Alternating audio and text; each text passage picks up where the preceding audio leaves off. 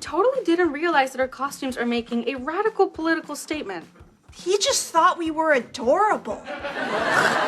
Men. Welcome to MsMojo, and today we're counting down our picks for the top 10 Elena and Syd moments in one day at a time. Think of it as recycled romance. Great for the environment. That's so hot. I mean the earth, but also you. I'm really sorry that I didn't take your idea seriously. And I'm sorry I wasn't more direct about what I wanted. Our first fight. I don't want to call Syd half a person. What if I tell people you're my better whole? You're not saying that. For this list, we'll be looking at this couple's most memorable moments from the sitcom. If you're not caught up quite yet, expect some spoilers ahead. Which Elena and Syd moment is relationship goals for you? Let us know in the comments. Number 10, demonstrating how consent should look. After discovering some inappropriate photos on Alex's secret Finsta account, the family sits him down for a serious discussion about consent. But it's more complicated than that, Schneider. It can't just be a yes, it has to be an enthusiastic yes. A hell yes! However, following some questionable input from Lydia and Schneider, Elena and Syd take over the reins with some very enthusiastic roleplay to demonstrate how consent should look. Syd, may I place my hand on your shoulder? Yes. May I place my hand on your waist? Yes! Oh boy, I can feel the hits. While their performance receives mixed reactions from the family, Elena is left feeling sheepish when Syd divulges that this isn't exactly how their first kiss happened. Be real, this is how your first kiss went? Oh no, not at all. This one just went for it. If anything, they managed to add to the confusion, but at least it gets everyone thinking. And really, wasn't that the point in the first place? I remember she pulled that Doctor Who scarf around my neck. Okay, Syd. Kinda choked me, actually. Okay. The cops had to break us up. Okay! Number 9, sharing their crushes.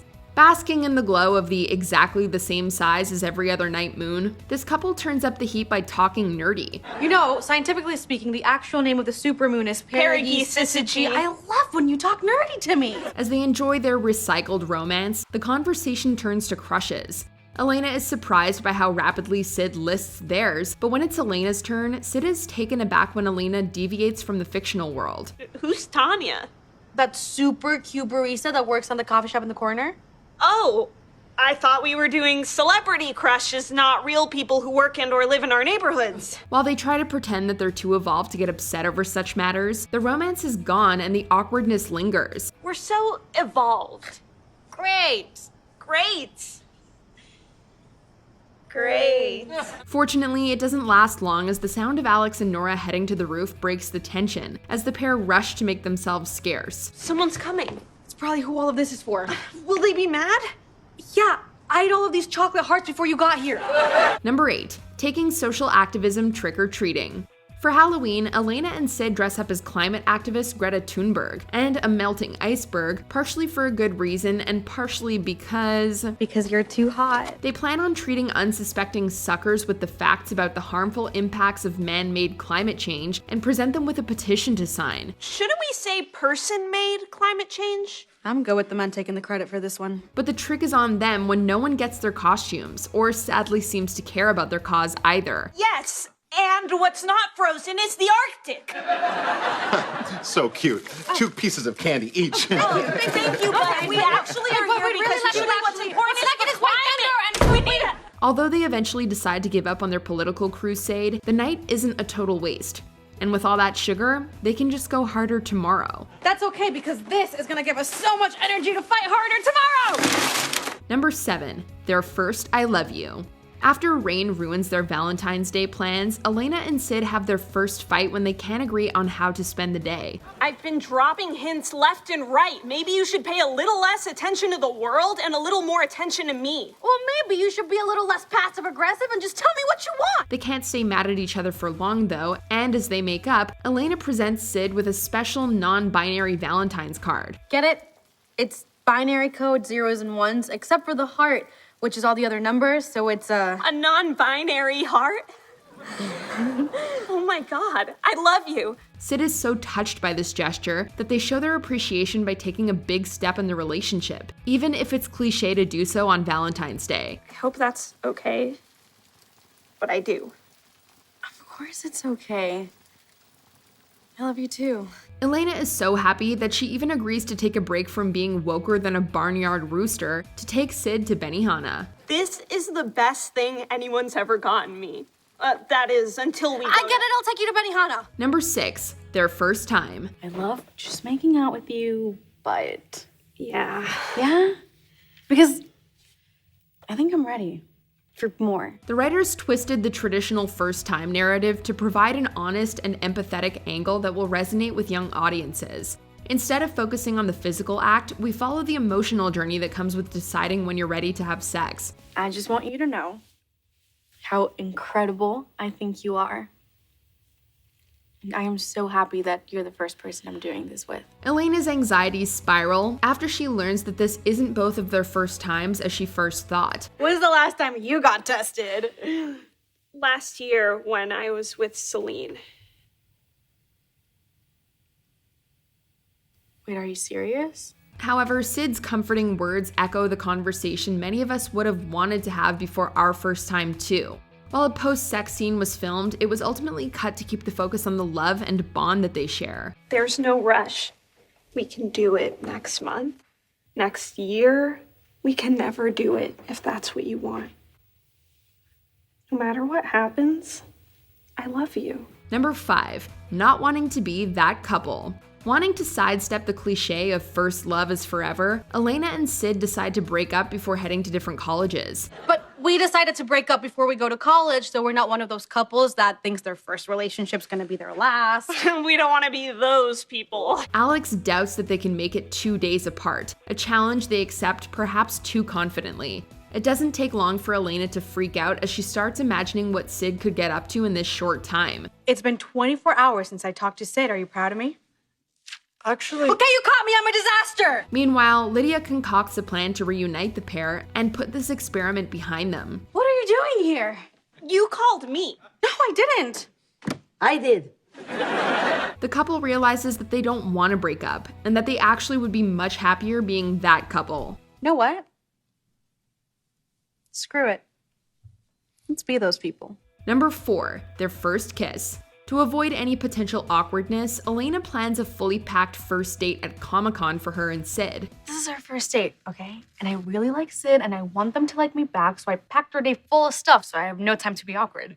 I mean, that's what's so brilliant about this schedule. We never have to talk. However, when their building goes into lockdown, she finds herself trapped in the apartment with nothing else to do but talk. But it's okay. We'll just hang out and talk. Talk! Yeah! Sadly, Elena's behavior gives Syd the wrong impression, and visibly upset, they excuse themselves. When Elena finds Syd on her balcony, she tries to set the record straight, but ultimately lets her lips do the talking. I like you so much. Like, so much. Yeah? Well, you have a really weird way of showing it. The first kiss is briefly interrupted by a police officer and a circling helicopter. Still, in their own unique way, they manage to recover the magic. Kissing teenagers, please go back inside. In a minute! Number 3, finding Syd a gender non-conforming relationship term. Since Syd identifies as non-binary, the couple searches for a more fitting term to define their role in the relationship. I'm partial to my everything. I like it. Nope, you gotta reel that in. Schneider decides that this is the perfect opportunity to prove he's an ally and dedicates quite a bit of time to help them find the perfect name. All right, I've been brainstorming names all night. Main squeeze, person friend, your gay of sunshine. While his suggestions are certainly creative, Syd and Elena unsurprisingly reject every single one. Eventually, they come up with a name of their own, but Schneider's suggestion of a tiny tweak totally blows their minds. Syd is my SO, significant other. Or are they your significant other? They enthusiastically adopt this new name and go out to celebrate being girlfriend and significant other. Hey, girlfriend, wanna go out somewhere?